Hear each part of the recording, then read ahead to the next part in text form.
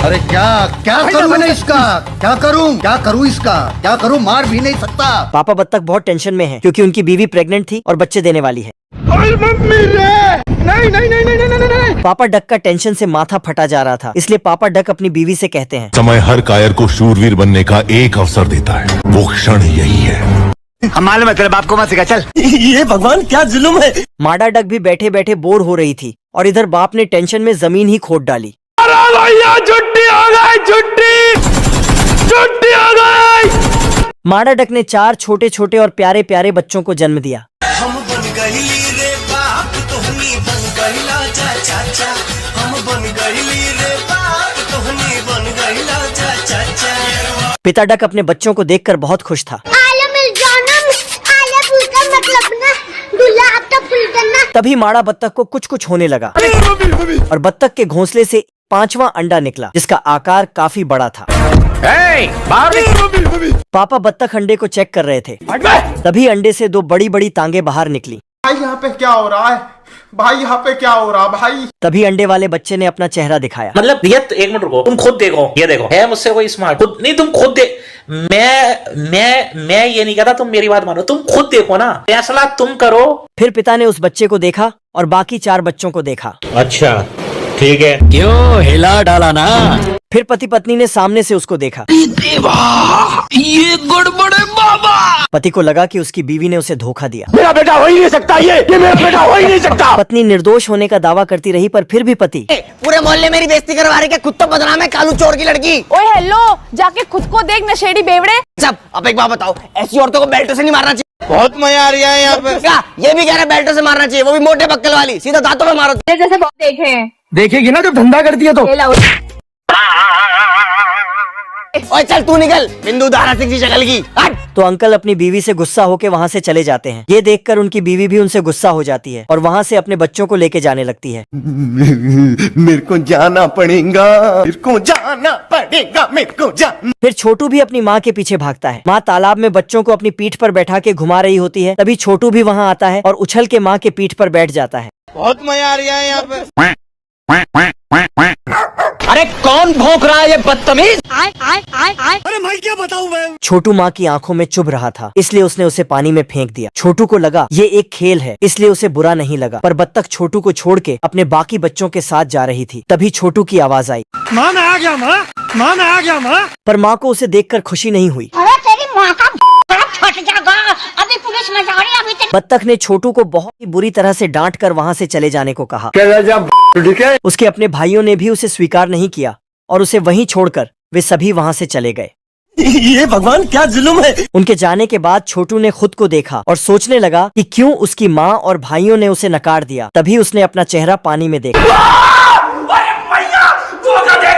एक पल के लिए छोटू डर गया, पर वो वापस खुद को देखने आया। अरे देवा, ये गड़बड़ है बाबा। खुद को देखने के बाद छोटू समझ गया कि क्यों उसकी माँ और भाइयों ने उसे नकार दिया था। इसलिए छोटू ने उनकी जिंदगी से बहुत दूर चले जाने का फैसला किया और रोते हुए वहां से जाने लगा। थोड़ी देर चलने के बाद छोटू को किसी की आवाज आई। ये कुछ पक्षियों के बच्चे थे, पर छोटू को लगा कि उसे उसका परिवार मिल गया। इसलिए छोटू फटाक से ऊपर चढ़ गया और एक अच्छे भाई की तरह उनसे जाके मिल गया। छोटू बहुत खुश था। तभी चूजों की अम्मा वहां खाना लेकर आई।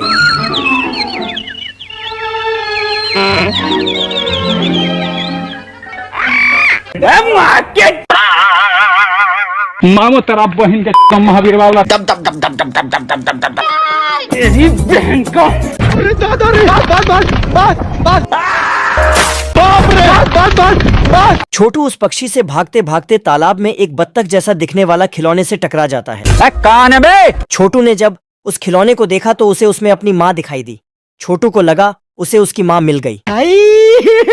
हे भगवान तेरी लीला अपरंपार है। छोटू उस खिलौने से मिलकर बहुत खुश था। उसे उसमें अपनी माँ नजर आ रही थी, इसलिए छोटू ने अपने पिछवाड़े को हेलीकॉप्टर बनाया और उछलकर उस खिलौने के ऊपर चढ़ गया। मौसम तो ऐसा लग रहा है दिल गार्डन गार्डन हो रहा है। बहुत मजा आ रहा है यहाँ पे। क्या लबे सीरी सा लग रहा है, दिल गार्डन गार्डन। मेरी जान, मेरी माँ। मानो उस खिलौने ने छोटू को जिंदगी की सारी खुशियाँ दे दी थी, पर वो ये नहीं जानता था कि ये सिर्फ एक खिलौना है। तभी छोटू ने एक जोर की छलांग लगाई, जिससे खिलौना जोरों से पानी में हिलने लगा और अगले ही पल हैं? ये क्या हो गया? ये क्या सुन रहा हूँ मैं? खिलौने को ऐसे अपनी तरफ आता देख छोटू डर गया। साला ये दुख का खत्म नहीं होता बे। छोटू अब पूरी तरह से हिम्मत हार चुका था। वो थक गया था, बार बार किस्मत से लड़ते लड़ते, इसलिए उसने हार मान ली और तालाब के किनारे बैठकर रोने लगा।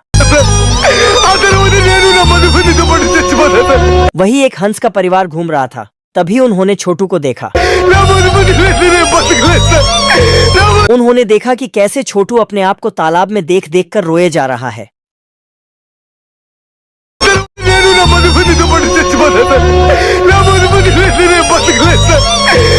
छोटू को ऐसे रोता देख हंस के बच्चे छोटू के पास आए। भाई यहाँ पे क्या हो रहा भाई? फिर उन सभी ने छोटू को जोर की आवाज लगाई। महेश दल्ले! अरे कौन भौंक रहा है ये बदतमीज? ये सब क्या देखना पड़ रहा है? अच्छा है मैं अंधा हूँ। महेश दल्ले! हंस के बच्चों को देखकर छोटू अपने सारे गम एक पल में भूल गया और तालाब में उनके साथ खेलने लगा। एकदम इन्होंने वक्त बदल दिया, जज्बात बदल दिए, जिंदगी बदल दी। तभी हंस ने बच्चों को आवाज लगाई। उन सभी ने सुना और भाग के अपनी माँ के पास आ गया। छोटू ये देखकर उदास हो गया और वहां से जाने लगा, क्योंकि वो दोबारा अपनी उम्मीदों को टूटते हुए नहीं देख सकता था। लेकिन तभी हंस और उसके बच्चे तुरंत छोटू के पास आए और उसे गले से लगाकर अपना लिया। दुनिया में सारी चीजें चली जाए, पैसा, जमीन, लेकिन माँ को कुछ नहीं होना चाहिए। फिर छोटू अपनी माँ और भाइयों के साथ तालाब के रास्ते जा रहा था। तभी उसने अपना पहला परिवार देखा जिसने उसे नकार दिया था, पर छोटू को खुश देखकर वो भी खुश हुए और उसे अलविदा कहा। आज छोटू बहुत खुश था क्योंकि उसे उसकी माँ मिल गई, उसका परिवार मिल गया। जब वो उम्मीद हार चुका था, इस जिंदगी में कब क्या हो जाए कोई नहीं जानता है। अब छोटू अपने घर जा रहा है और आप भी MC क्लिप्स को सब्सक्राइब करके ही जाना।